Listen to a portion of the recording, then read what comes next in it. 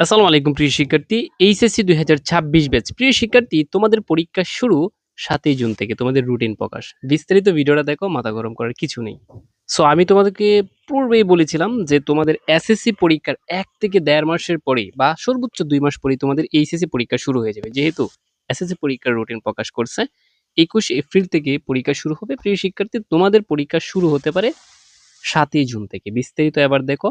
এবছর যারা এইচএসসি পরীক্ষা দিবা ২৬ ব্যাচ আছো, তোমাদের পরীক্ষার মানে যে তারিখটা এটা প্রকাশ করেছে এক সবাই। তো বিস্তারিত একটু দেখে নাও তুমি। চলতি বছরে এইচএসসি ও সমমান পরীক্ষা আগামী কি বলছে ৭ই জুন থেকে শুরু হওয়ার প্রাথমিক সিদ্ধান্ত নিয়েছে আন্তঃশিক্ষা বোর্ড। ঠিক আছে, সমন্বয় কমিটি। এখন বিষয় হচ্ছে আন্তঃশিক্ষা বোর্ড মানে কি সকল শিক্ষা বোর্ডের জন্য এটা। ঠিক আছে, অনেকে বলতেছে যে স্যার এটা কি শুধু ঢাকা বোর্ডের জন্য? না, এটা হচ্ছে সকল বোর্ডের জন্য। কথা ক্লিয়ার সবাই?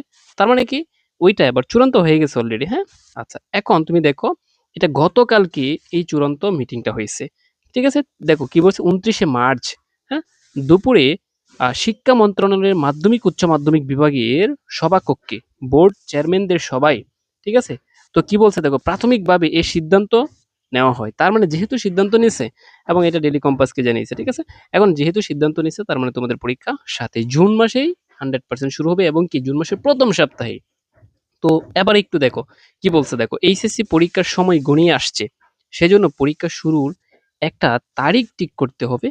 তো গতকাল সভা হয়েছে। এখন এই বিষয়টা একটু ভালো করে দেখো। সবাই প্রাথমিকভাবে ৭ই জুন থেকে পরীক্ষা আয়োজনের সিদ্ধান্ত হয়েছে। তার মানে যেহেতু 100% সিদ্ধান্ত হয়ে গেছে, তোমাদের পরীক্ষা ৭ই জুন থেকে প্রকাশিত মানে হতে পারে। এখন কথা হচ্ছে স্যার ৭ই জুন যদি না হয়, সর্বোচ্চ গেলে ধরো জুন মাসের ১৫ তারিখ পর্যন্ত যেতে পারে। আমি বললাম যে যদিও একটু পিছায়। তার মানে যেহেতু সিদ্ধান্ত হয়েছে তোমাদের ৭ই জুন থেকে পরীক্ষা হওয়ার সম্ভাবনা সবচেয়ে বেশি। প্রিয় শিক্ষার্থী, আর বসে না থাকি। তারা এখনো আমাদের মাত্র ৩০ দিনে টার্গেট A+ কোর্সে যারা ভর্তি হও নাই, আমার ভিডিওগুলো দেখো এবং কোর্সের বিস্তারিত জানতে স্ক্রিনে দেওয়া নাম্বারে অতি দ্রুত যোগাযোগ করো।